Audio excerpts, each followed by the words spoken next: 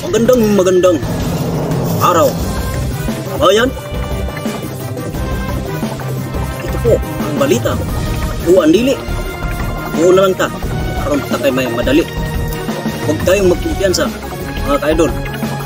Dahil umuulan bigla at mag-init na naman. Mga ka-idol, ayun po, makita natin sa ating mapa na may bagyo papasok sa ating Pilipinas. Napakalakas ito, mga ka-idol. Dahil sa sama ng panahon, mga ka-idol, hindi na natuloy ang bagyo.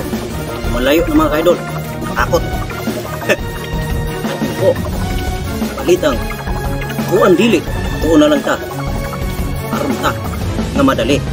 Oh no! Kauntag saging. Itong sigyaw-yaw. Sa maling sagingan nila.